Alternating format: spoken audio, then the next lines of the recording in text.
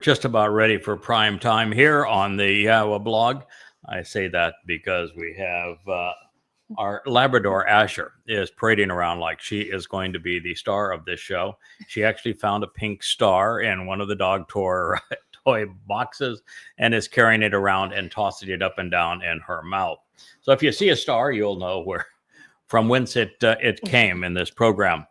This is our continuing story of Chakmah Choter and Chakmoth's wife of Chakmah Choter as we pursue what we can learn about this individual that Yahweh said would be germane to his message in the last days. Downstairs this morning in our Rainbow studio, one of the things that we came to realize is something that I had heretofore missed. I had thought that when Isaiah, concluded his presentation on the teruah gleaning with a realization that the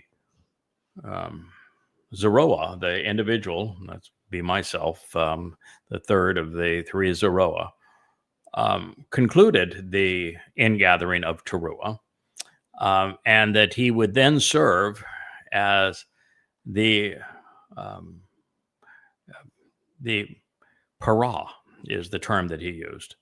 Parah is a productive bull.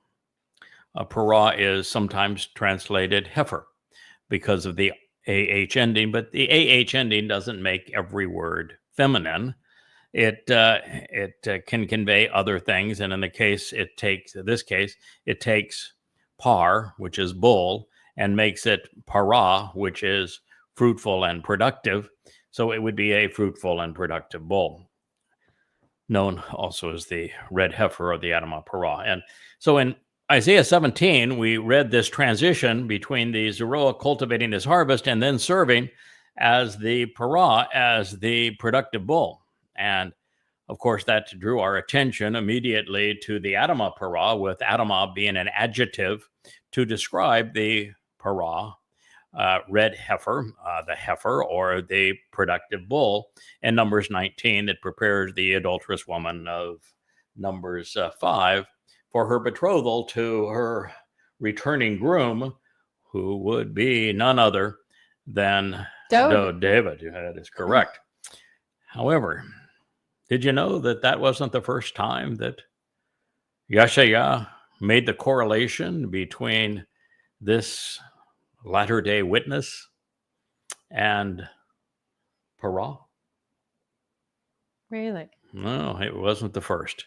Not in the 17th chapter, anyway. It was in the 11th chapter, yes. The famous Choter chapter, in his introduction, just in his introductory statement, which is, reasonably profound. It says that this Choter is going to be a stem, and he is going to be like a sucker of providing new life for the fallen stump of that is Yisrael, being rooted and providing life to the roots that underlay even Dod's arrival.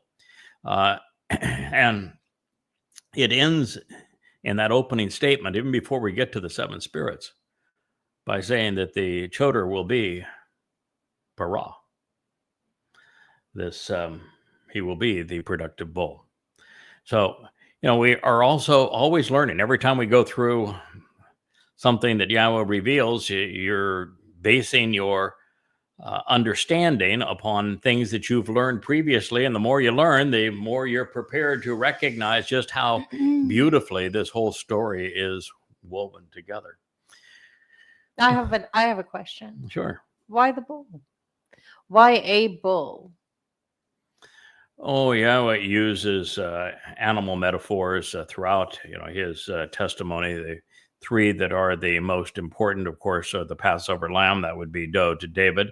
Actually, four. The Dod is also the strong ram that leads the sheep.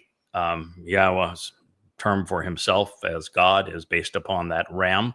A ram plus the lamed, the staff of the shepherd, is God, and in the original alphabet that comprises Hebrew, the ram plus a home is the Hebrew word for father. So he is the leader of the flock, the male progenitor of the flock is the term that he uses for father. He uses, as I said, both ram and lamb for Dode. He uses goat for Elia, and he directs our attention to the fact that it is the goat's blood that will anoint the mercy seat of the Ark of the Covenant, but it's also a bull's blood that goes there upon Dode's return. And it is the sacrifice of this Adamah Parah, this productive bull, that satisfies the need to cleanse the adulterous woman of Israel so she can be betrothed to Dode upon his return.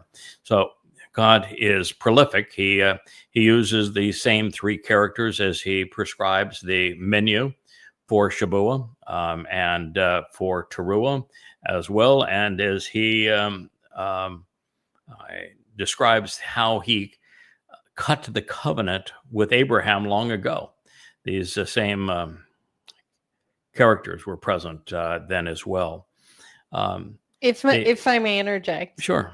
I didn't even answer your question yet. I was just working on it. For those that are that don't know a lot about agriculture, or, we buy our steaks at the grocery store these days. Not many people have been around bulls and cows and their little young ones, but a bull will have in the wild typically up to hundreds of his harem, his personal flock, and he will chase off any good to be the bull. Young men. Yes, and they are very prolific breeders. Yeah, they are. And they're very defensive of their female cows. Yeah. Yahweh says of this individual that he will be exceedingly productive and have offspring. So what I was going to get to is trying to answer your question. I just like to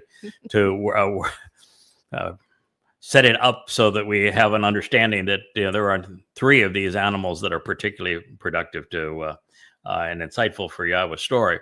The reason for the lamb is that the lamb is an endearing animal. It is a flock animal, so that they like to congregate together. They're congenial. They're intelligent.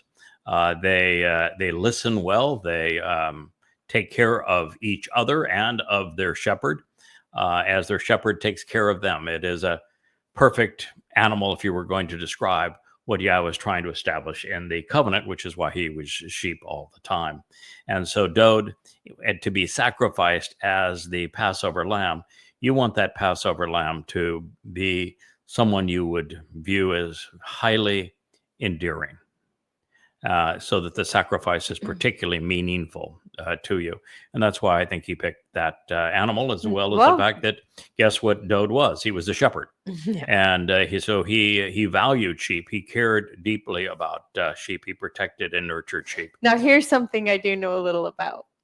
I've owned sheep. And the one thing every shepherd knows is to make very good friends with your alpha male. He needs to be your friend and you need to be his. You need to trust each other. Yep. And that's how it goes. Yeah. But all the sheep, they care and look out for each other, and they are very intelligent animals. If a member of the flock is in trouble, they will find their shepherd, no matter where that shepherd might be, and they will continue to bah until that shepherd has their attention is drawn, and the shepherd follows that lamb to the one that's in trouble. So it's a beautiful, endearing animal. Now, bulls are not. Bulls are bulls. They're tough. They gore anybody that is hostile to their interest. They trample down all manner of snakes and reptiles and serpents, and so bulls are tough. They don't give an inch. They're immovable. Bulls are not typically enduring, but they're noble, and they're steadfast, and they're strong. And so God had a different intent for his final witness. He would be a bull because that's the job that needed to be done. And listen, the children of Israel were too much for Moshe. Moshe gave up on them. Yahweh gave up on them. Dode gave up on them. So, you're having God the Father, the great liberator, the shepherd of the flock, all gave up. All said, you're impossible. We cannot deal with you. And now we've got, now only 99 months left. But when we began, we had 32 months left to the final rendezvous. And there is no chance for giving up anymore. We have to prevail. And so if God's going to choose a personality type that is going to stick it out and not going to take no for an answer and is going to butt every jerk in the world who gets in the way, rabbis and priests and pastors and politicians and you name it, well, he's going to pick a bull. And that's what he did. Now, of course, God says this bull has offspring. He is a productive bull. So he has his merit, but you don't want to get in his way. So that's the full answer, the best I can, to your question, Leah. Of course, you knew the answer to the question, which is why you asked the question. And you knew that I would take 15 minutes to detail the answer. Why give a short answer if you know a long one? So this continues now that we're studying Yeshaya, the 56th chapter. He is sharing more about this Nakar individual. And he says, to the contrary, this is what Yahweh says on behalf of individuals who have been castrated and as a result of the positions they have taken and as leaders of those who provide guidance regarding the benefits of the relationship by being consistently and continually observant during my Shabbats, who evaluate and choose to walk on the correct path in deference to me, out of respect for me, and who are willing to demonstrate an intense desire to learn about, to be steadfastly committed to, and to become empowered by my covenant. Chazak ha-barath. We don't often see Shazak in associated with Bareth, but we do find it one other time that is particularly important. Do you know the most important use of Shazak in association with Bareth and the prophets? Shazak? Yeah. No. Okay. No. How about you, Rich? That's not a word that, no, Shazak? I'm familiar. Yeah. Shazak. Yeah, it means to be exceedingly firm, resolutely focused, committed, empowered, and tense, Immovable. uncompromising, unrelenting, unrelenting. It's the bull of terms. If ever a term was bullish, this one, like you. Yeah. this one is bullish. You know when it's also used? Where? This is the beauty of doing this, because this is actually the first time I've recognized this as well.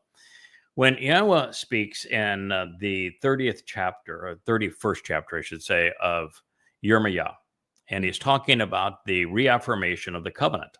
And he says that reaffirmation is going to be with the same people he drug across the wilderness, and they were the children of Israel.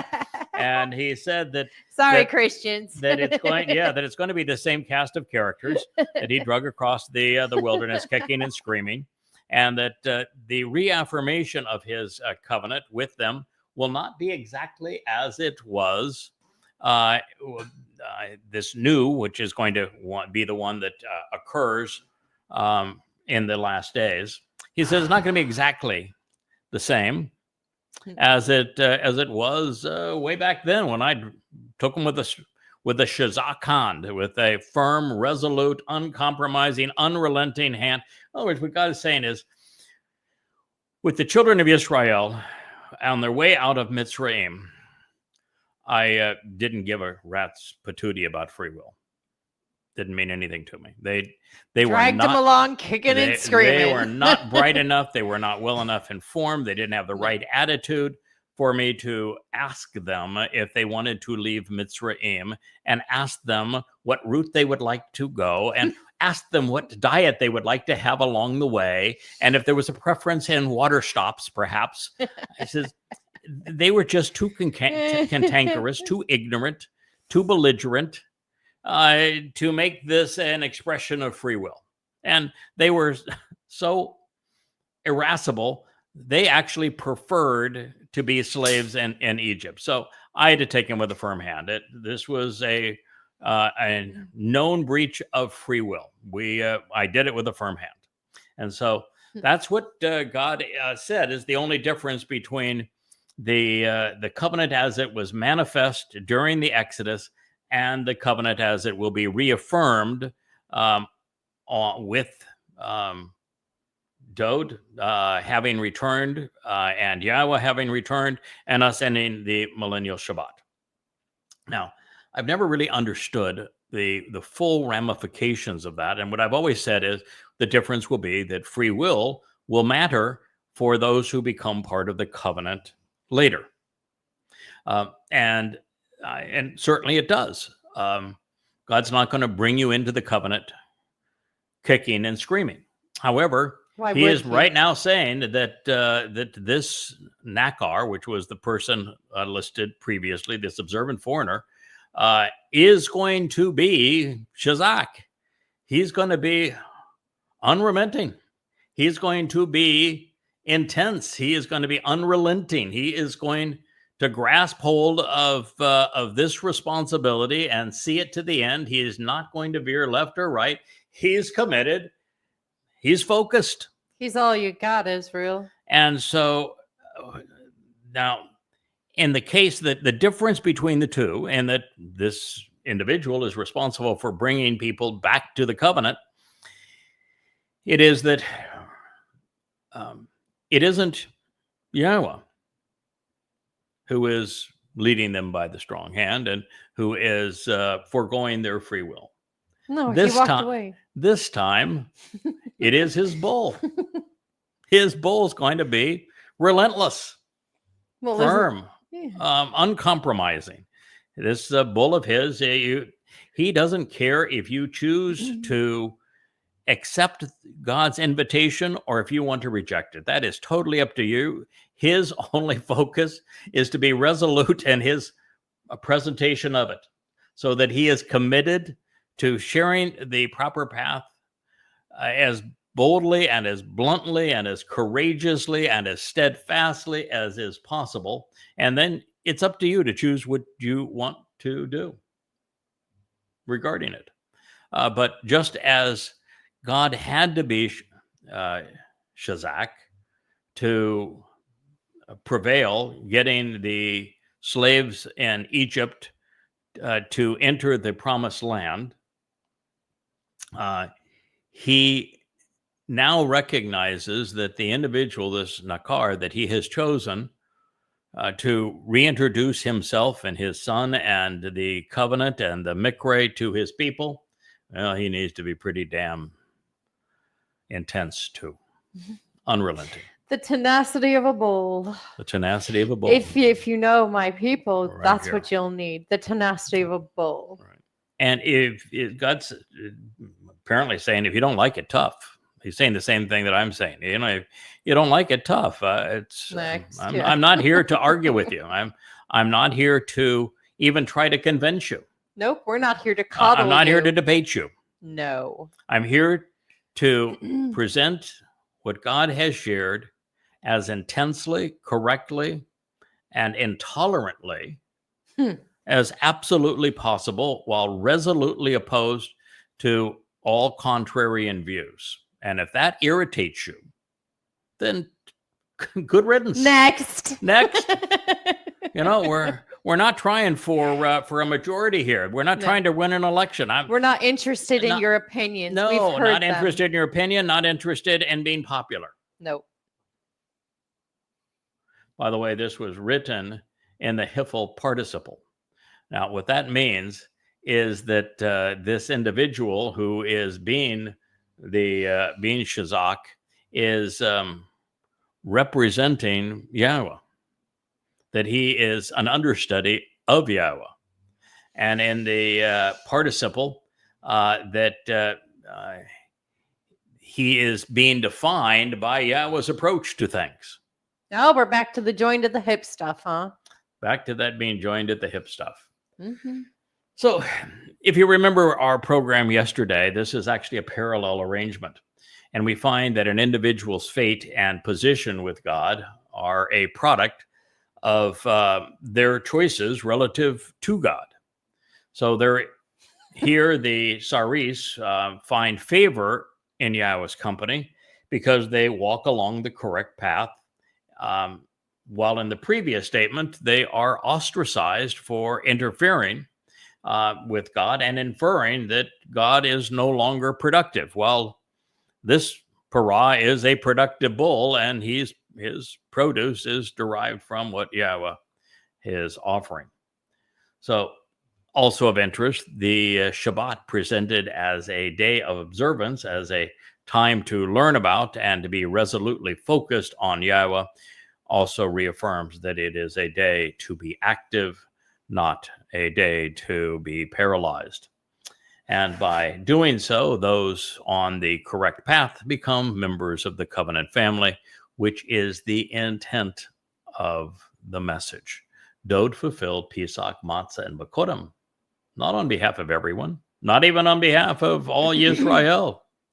He fulfilled it on behalf of the covenant family. He didn't take the guilt of the world into Sheol. He only took the guilt of those who would become part of the covenant family into Sheol to perfect them.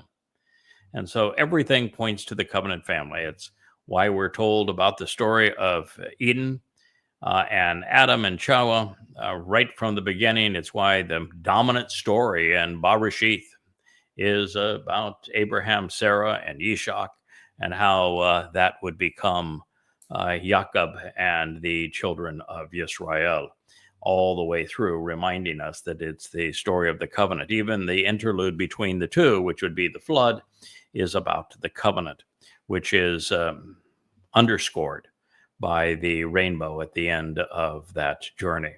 So you mean that, like most families who love their family, but perhaps not the entire world? Yes. That Yahweh doesn't either, that he loves really just his family? That is correct. Well, that is so natural. Correct. And Yahweh doesn't even love all of his people. And how is it that men can turn that into a religion? That's what I want to know. Yeah, the covenant relationship is a family-oriented relationship where the head of the family is a father. So it's pretty hard to turn that into a religion unless you're really trying very hard to obfuscate the testimony of God. And to the WASP, that is the father is always the head of the family. Yeah. Well, it is an extrapolation. The association of Saris with eunuchs is potentially revealing because from one statement to the next, we find a group of people cut out of and then cut into an intense desire to remain committed to the covenant relationship based upon what they choose to shamar, observe, and whether they remain on the Asher correct path to the benefits of the relationship. In this way, Saris is synonymous with karat, being cut into or being cut out of the covenant based upon circumcision. Now, the entrance to the Bereth is a result of prioritizing the relationship, of closely examining and carefully considering the conditions and benefits, especially during the day set apart for celebrating it. We enter God's home by walking along the path provided through the Mikre, demonstrating that we respect Yahweh's approach. And in so doing, we not only please our God, we reveal our desire to be with him. He has invited us to be in his presence, to be welcomed by him, to be called out of this world by him, spending quality time together, especially on these 7 days. And he has designated them all and invited us to attend. All the while, our priority is to study his testimony so that we can encourage others to benefit from what we have learned to be true. God says, I will offer, freely giving to them, in my home and within my family and within my protective enclosure.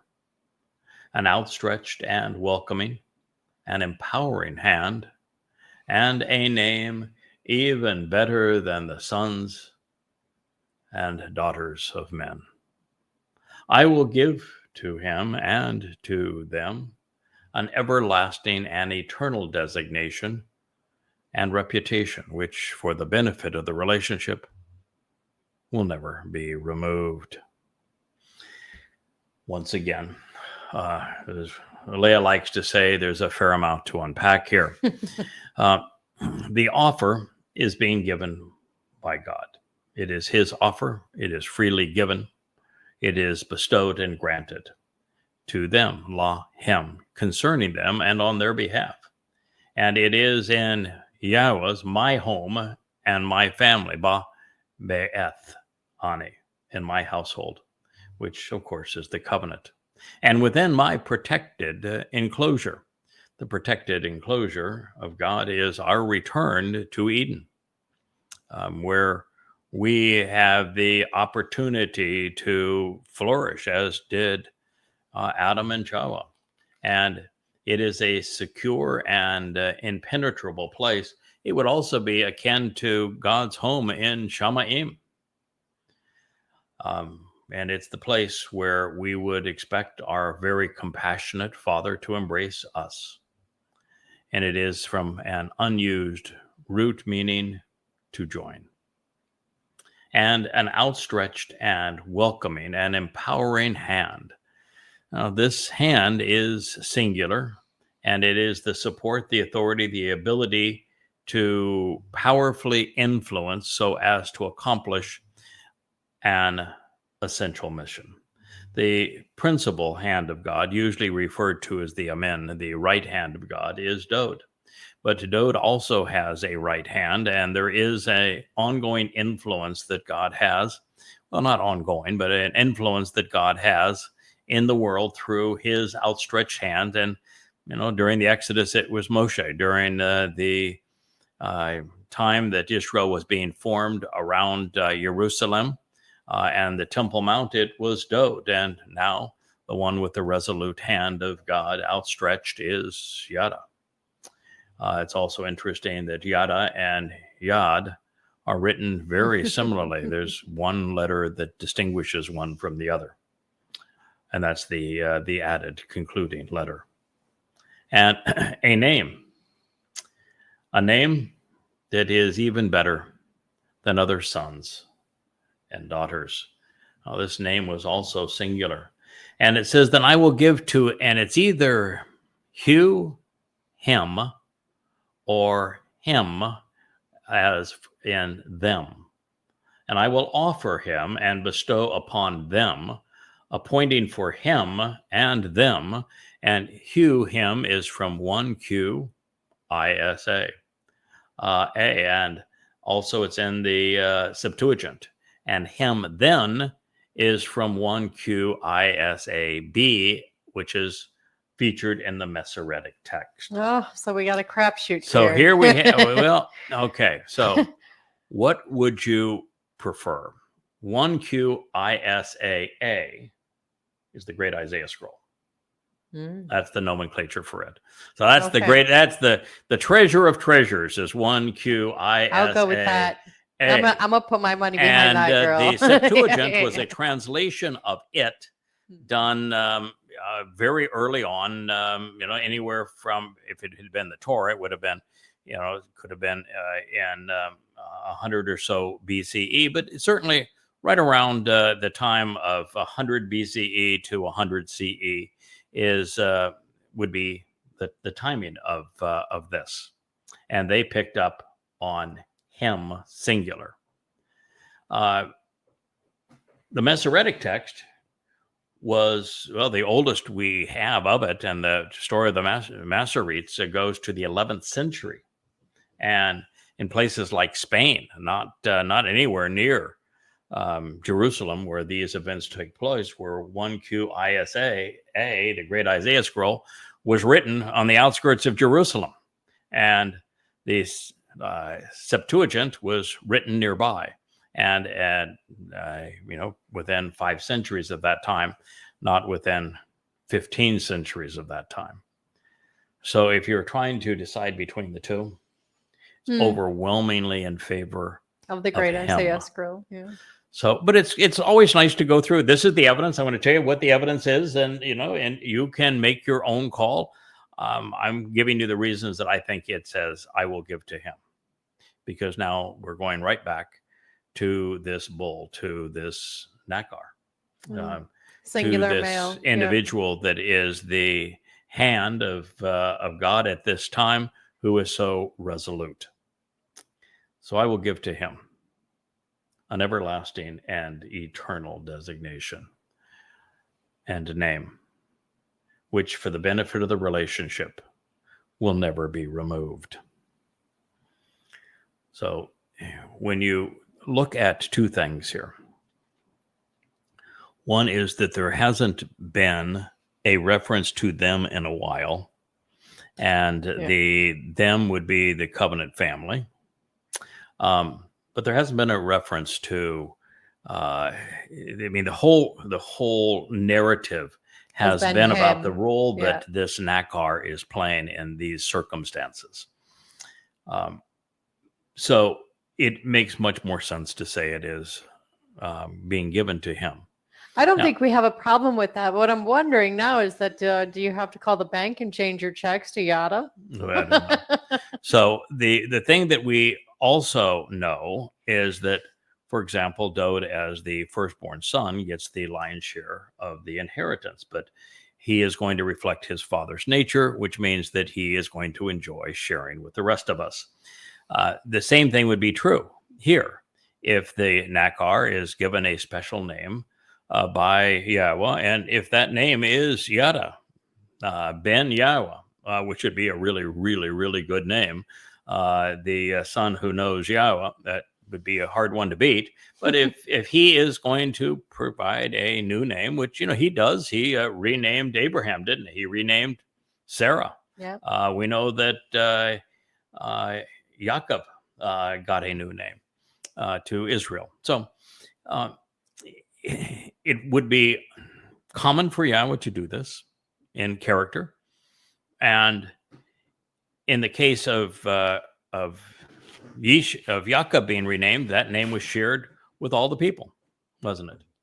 And with the rename of Abram to Abraham, that name was shared with all the people because he became the stand-in for a merciful father. That's what Abraham means.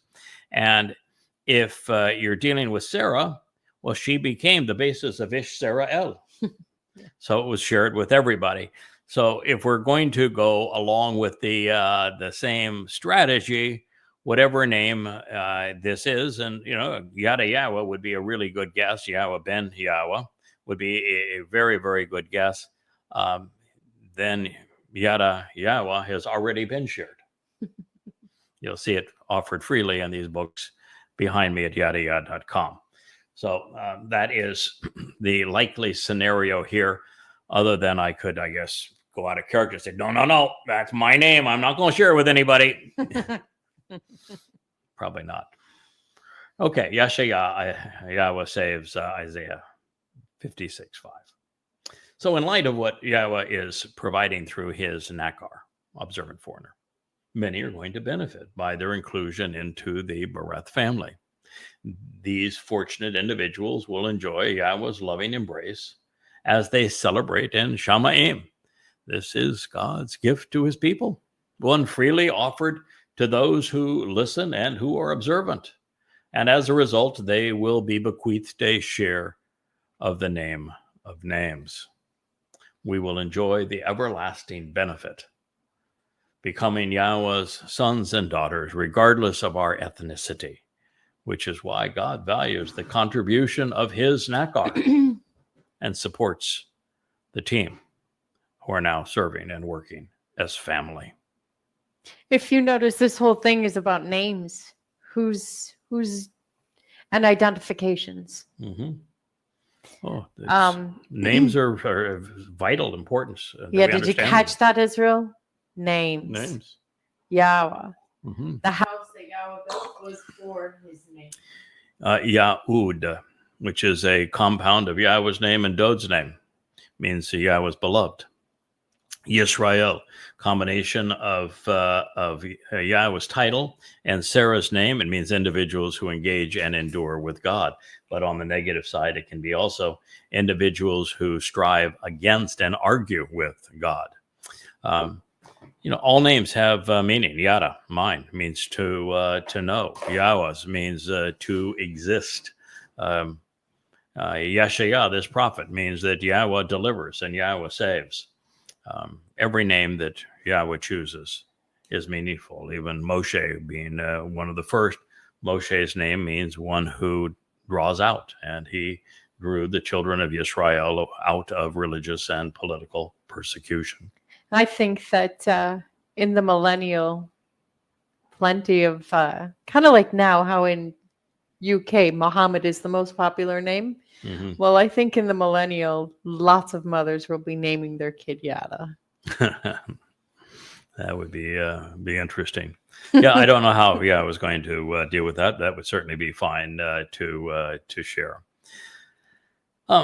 There is a question here, of course, and I've shared this with you as to whether Yahweh revealed that his Nakar, as his outstretched hand, is going to receive the most pleasing and productive of names, or if his special designation will be shared with his offspring. Now, my personal favorite is not to be known as the red cow going on into eternity.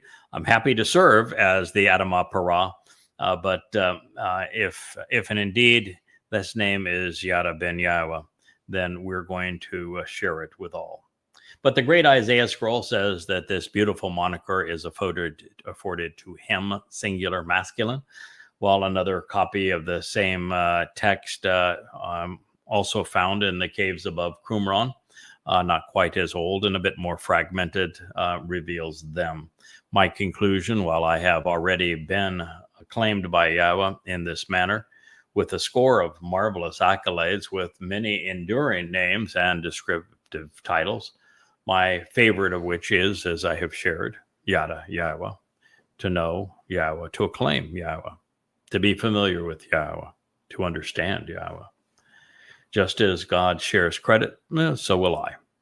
And therefore, the answer is that everyone who remains committed to the Bereth, Mikre, Masiach, Yahudem, and Yahweh will share an exceptional designation. You know what they say, call me what you want, just don't call me late to dinner. The realization is once you're in Shamayim with Yahweh, you're part of that mortal remnant that is spared during Teruah. They could call you Murray, and you'd be delighted with it. Yeah. So as we ponder this narrative, and even, by the way, one of the things that we have to think about here is that the most important player in God's story is named Beloved. Pretty cool name, right? Since God's saying you're my beloved, you got to like that. The guy who was the great liberator, his name means to draw out, Moshe. Yeah, gotta like that too. The guy that wrote this prophecy, it means Yahweh delivers, and he's delivering through him. That's pretty cool name too. So there are a lot of really wonderful names associated with God. You know, Zachariah, the memorable man, remembers Yahweh. Memorable man of Yah. It is so many beautiful names. Yoel, who we are studying in another series. Yoel is a prophet whose name means Yahweh is God. And then we have Elia, which means God is Yahweh. Marvelous monikers for a marvelous life. So as we ponder this narrative, we must not blame Yahweh for adorning his people or for preventing them from being part of his family, whether even God is abandoning certain individuals. Clearly, God tried. His people didn't. Israelites are estranged from God because they have done this to themselves. Therefore, the mission is to share this truth with all who will listen. Now, this known, the Nakar, this observant foreigner, has not sought to replace Yehudim, but instead to welcome the beloved of Yah back into the family. I'm committed to guiding God's people home, as well as to reaching out to Goyim, because the mission requires both. Now, Yahweh values the observant, especially when they take their lumps for standing up against the ways of man. He wants us to provide guidance, helping Israel reclaim the benefits of the covenant relationship while sharing the truth with others during Israel's absence. It is interesting today, we talk about taking our lumps. I have long said that Grok, the AI of X, was suffering from faulty programming and had a horrible bias. You mean that it's a Nazi? And that Gronk was anti-Semitic, and Grok was, so he's not intelligent. You can't be intelligent and be anti-Semitic. So Gronk is unintelligent. He is incapable of learning. He expresses very poor judgment, and he is resolutely anti-Semitic, anti-Israel, anti-Jewish, and pro-Islamic. And so I have expressed that because I have proven it and know it to be true. Over the last 2 days, Gronk has blathered all over itself, saying all manner of things which are anti-Israel, anti-Jewish, anti-Semitic, and has been totally embarrassing for Elon Musk and X, to the extent that the woman who has mismanaged X over these past 2 years was fired yesterday.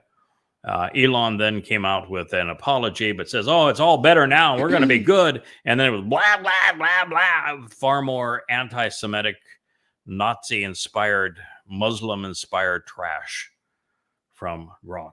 And the fact of the matter is, right now, X is exceedingly counterproductive. It is an anti-Semitic swamp. It is opposed to God and opposed to God's people. And while I've had tremendous respect for what Elon has done in business and tremendous disrespect for what he attempted to do in working with Donald Trump, the fact is that he didn't get his act together and get it together soon. Then he is going to be labeled an enemy of God and his people. And that's not a place you want to be.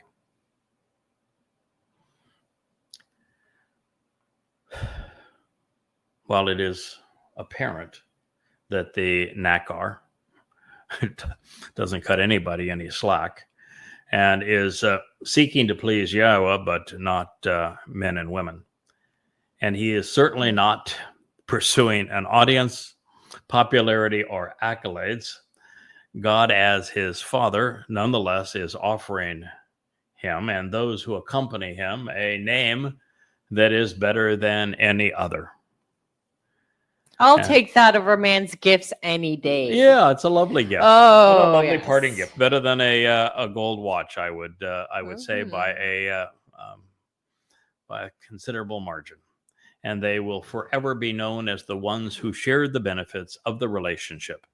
And having done so, well, others are going to benefit, sharing the wealth and all.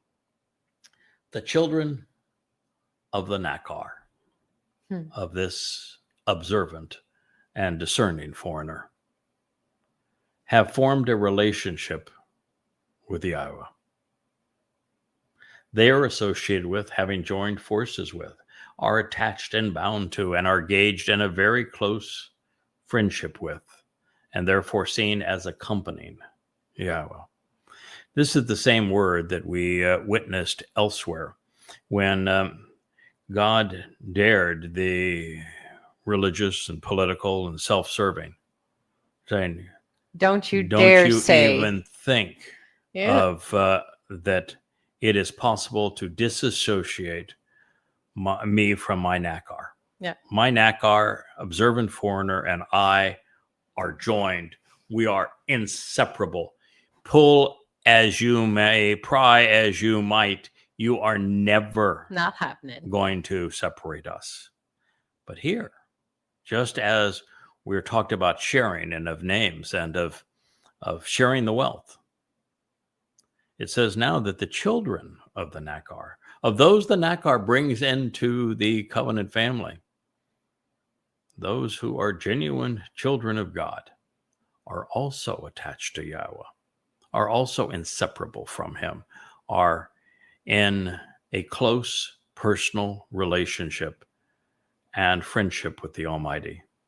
And this means that the work of the Nakar, the purpose of the Nakar, the result of the Nakar, is to have children form forever close and personal relationships, inseverable relationships with Yahweh. How's that for a productive outcome? Hear, hear. It says that they serve him in love, with Yahweh's name and renown. Now, they serve him. Could be they serve Yahweh, couldn't it? But if they're serving Yahweh, why would it be in love with Yahweh's name? And I guess it could be they serve Yahweh in love with Yahweh's name and renown. Mm-hmm. That's true. But since this is about the Nakar, and that was the last individual noted, wouldn't him more adroitly apply to the Nakar? Absolutely. And a little reality on the ground, those currently working Team Yada pulls sometimes 80-hour weeks. Yeah. And in this particular case, would there be much of a distinguishing factor between they serve him, lowercase h, the Nakar, and him, uppercase H, Yahweh? Not really. Not if you're joined at the hip. No. Since the Nakar is inseparable from Yahweh, and the children of the covenant are now inseparable from Yahweh. At least those who are the offspring of the Nakar are. Yeah. Serving the Nakar would be serving Yahweh, wouldn't it? Absolutely. And serving Yahweh would be to work with the Nakar, and that collectively we're all going to Ahab. We're going to be involved in a close personal relationship with genuine affection and appreciation. And if you do not love the father of the covenant, this productive bull who is responsible for the offspring who are now participating in the covenant, if you don't form a close personal relationship and show genuine affection and appreciation for him and for Yahweh's name, well, go away. Then you don't belong here. So it's important that you serve along with him and that you love Yahweh's name. Prerequisites, I would say.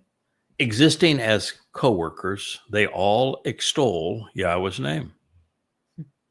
And they always observe the Shabbat, the seventh day, this promise of 7, making it special, thus unreligious, by not disrespecting it.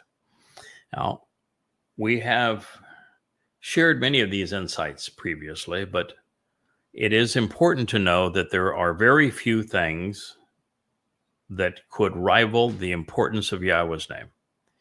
If you do not use, if you do not know, you are not familiar with, you do not acknowledge Yahweh's name, then you are not part of the covenant. You are not part of the covenant. You aren't getting off this rock alive. Straightforward. Why I have so much energy invested in social media and in these books, trying to encourage God's people, even Goyim, to accept Yahweh's name. Until we can get that first step accomplished, that's actually not the first step. The first step is to walk away from religion and politics, to disassociate from the ways of man. But shortly thereafter, because it is Yahweh's work through Dode that perfects us, and we have to come to trust and rely upon Yahweh to be part of the covenant.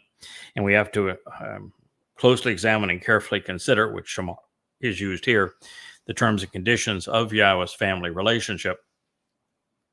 The fact of the matter is that without that step, without the acknowledgement, appreciation, love for Yahweh's name, you are on the outside looking in. You cannot be part of the covenant family. You cannot be saved by Yahweh. You cannot experience eternal life in his company. You cannot enter heaven unless you have a genuine love and appreciation for Yahweh's name. Yeah, no phonies. So if you're writing Hashem, you do not know him. You do not have a relationship with him. At the end of your mortal life, which is going to come much sooner than you might anticipate, it'll be nothingness. You will have wasted it all. Is that clear? And if you know Yahweh, then you are not a bump on a log. If you know Yahweh, you're not counting entitlements. If you know Yahweh, you're not said, I'm in, now I can go do my own thing. Or navel gazing. If you know Yahweh, you're not rebelling and going off and acting against his nakar. If you know Yahweh, you are existing as his co-workers. And you will continually and actually be his co-workers as we all extol, lift up, and acclaim Yahweh's name. Yahweh's name. Yahweh's Shem. Not Hashem, Yahweh's Shem. God damn it, Israel. What the hell is wrong with you with this Hashem nonsense? And this G-D stupidity, or the Lord. It's Yahweh. And only Yahweh. And only Yahweh. And it's obvious that it's Yahweh. And the book that it's presented in provides guidance and teaching. It's written as Torah. The O and Torah comes from the Wa, and the Ah sound at the conclusion of Torah comes from the Hey. That means the only letter now that you need to know how to pronounce is the Y, the Yod. And, well, why don't we just try with Yeshaya or Yisrael? Why don't you go to the verb that Yahweh used to define the nature of his name, the meaning of his name, Hi-Yah? Why is this so difficult for you? It's obvious. I don't think it's difficult. I think this was a grift on stupid, uneducated people a long time ago, and now it's just a tradition. Yep. It's not going to work in these times. Correct. So they extol Yahweh's name, they lift up and acclaim Yahweh's name, and they always observe Kol Shamar, the promise of 7. Mm-hmm. Now, you could just say it's Shabbat, the 7th day, and I don't have any problem with you focusing on the 7th day and honoring the Shabbat. Leah and I study the Torah all the time. We have a slightly different way of going about our observations of the Shabbat. For Leah, it's quiet time, private time, recharge time. I don't want to have to people time. But, she's more of an introvert. For me, it's celebration time, relationship time, see how much more I can learn time and share regarding who Yahweh is and what he's offering time. For me, it's celebration time. But, it's you can make your own call. I do not observe the Shabbat as crippled, paralyzed, do-nothing time. No, and introverts, we like to celebrate. We just do it quietly. We celebrate. Mm-hmm. Mm-hmm. But I think far more important is what Shabbat represents. Oh, it's yes. from Shabbat. It means promise, and it means 7. So it is the promise of 7. And it is the basis of Shabuah, which is the promise of 7 and the next Moed Mikre. And we want to make it special. We're not going to disrespect it. And as for the promise of 7, well, that would be the 7,000 years between the time we were in the garden to the time that we conclude our time in the garden. And it's based on 6, which is the number of man plus God, who is 1, equals the desired result, which is 7. This is the message here. And the 7 also is symbolic of that menorah that's spinning above my shoulder here. It has 7 candles. It speaks of the 7 Moed Mikre. Pesach Matzah B'Kodem in the spring, Teruah in the summer, and then in the fall, Teruah, Kippurim, and Sukkah. It also speaks of the promise of the 7 Ruach that would enable the Choter, who is the Nakar, and his deliverance of this message. Don't disrespect any of these things. Don't make them religious. Don't make them common. Don't treat any with contempt.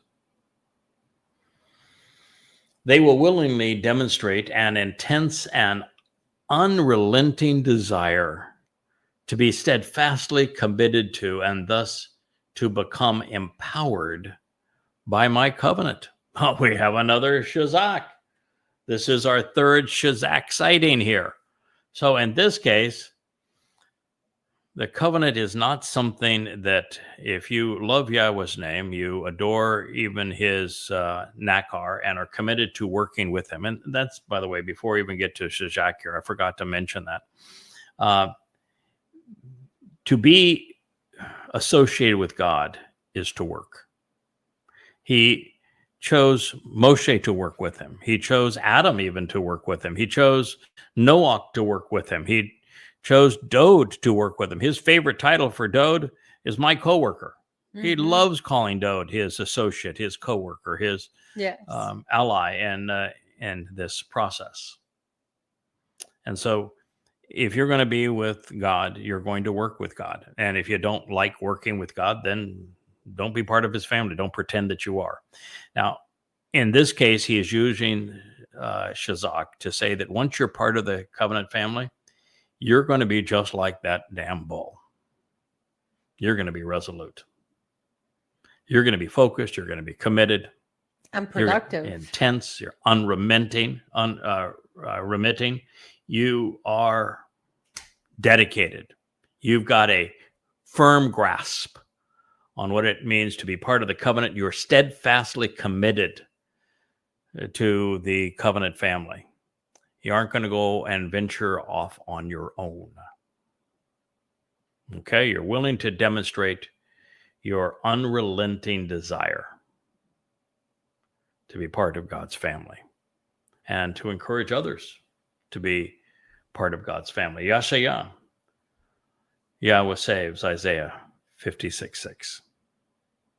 So with a statement from the pen of the epitome of the prophets, Yashayah, Isaiah, as resounding as this one, why isn't everyone the world over, including every Yehud, Jew, and every Goy, Gentile, searching to identify this Nakar, this observant foreigner who has offspring that are steadfastly part of the covenant family and are united with Yahweh, in love with his name, inseparable from him? Because they're too busy being goddamn religious? God, wouldn't that be... What could be better than those things? Certainly not religion. So he has announced and authorized a conduit through whom not only a relationship with God is formed, but one that is close, that is personal, that is steadfast and engaged, loving, one that bears Yahweh's name. So God unambiguously inspired his most prolific prophet to affirm that the offspring of the Nakar receive and share the benefits associated with being a demonstrable in a demonstrable and close association with Yahweh. But it's not just the association. He threw in that, he's sneaky that way. He threw in Ebed. You're going to be a worker. You're going to work for it. You're going to work for it, baby. You don't You work. want the love this time? Yeah, Yes, you're going to work for it. And the reason you're going to work is because work has value. Work We builds have character. a harvest. Work, That takes work. Harvests don't happen because everybody twiddles their fingers around. Harvest happen because we till the ground. We remove the weeds. We nurture those seeds. We harvest the fruit. We get rid of the dead branches. Yes, this is pruning. Yes, it's harvest take work. And sharing God's message only happens once you come to know God's message, and coming to know is work. Learning is work. Now, so many people are of this mistaken view that work is a bad thing and that retirement is a good thing. Well, God doesn't view it that way. God views that work is always a good thing, that work has value. Work makes you strong, and you cannot be standing grain if you're not strong and mature. Yeah. It was a very fancy fade into Miss Leia with the square there, Captain Cables. I was quite impressed. That was sneaky of you, but that was we're getting better with every new program. Speaking of doing good work, but yes, Yahweh even told Adam in the garden. Now you'd think in the garden would be the place where lollipops grew on every tree. Oh my goodness, the gardens are so much work. But gardens are a lot of work. Yeah, Leia will attest to that. I've owned nurseries, so I can attest to that as well.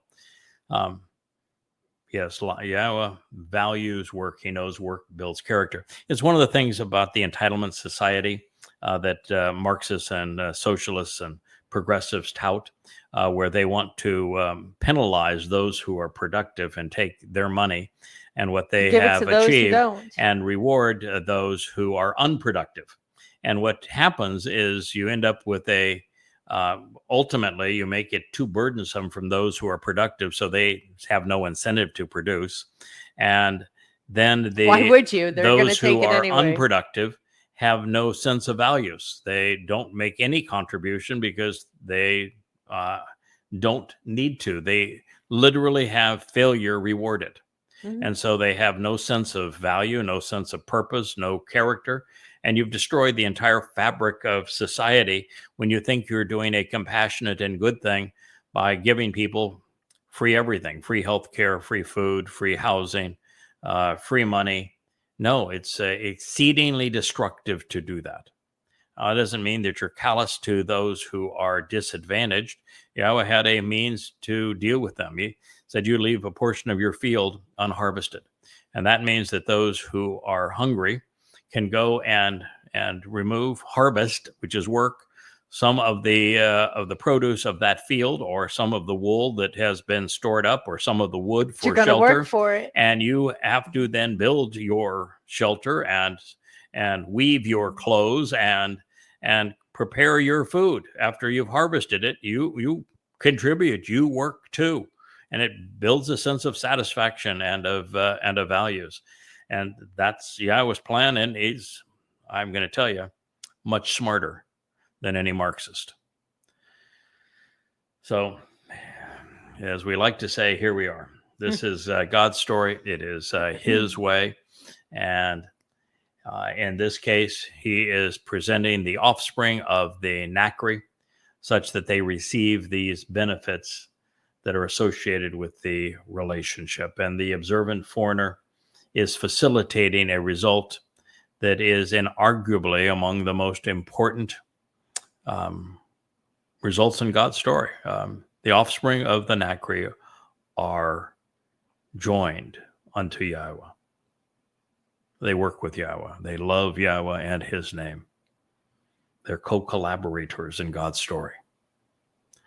And that makes the Nakri's role within the top three, with the others being Moshe and Dod. And yet in all the world and in all of this time, the only one who has shone a light upon the prophecies featured throughout Yeshaya, Isaiah, regarding the Choter and the Nakri, the Zeroa, whom Yeshaya is over the moon excited about, this man from Edom, this Adama Parah, the Bashar of King Daud, is the man to whom all of these prophecies were directed. And the implications here are profound. We're talking about the well-being and the salvation of your soul. So we thank you for listening. Thank you, Leah, for... Well, before we go, Okay.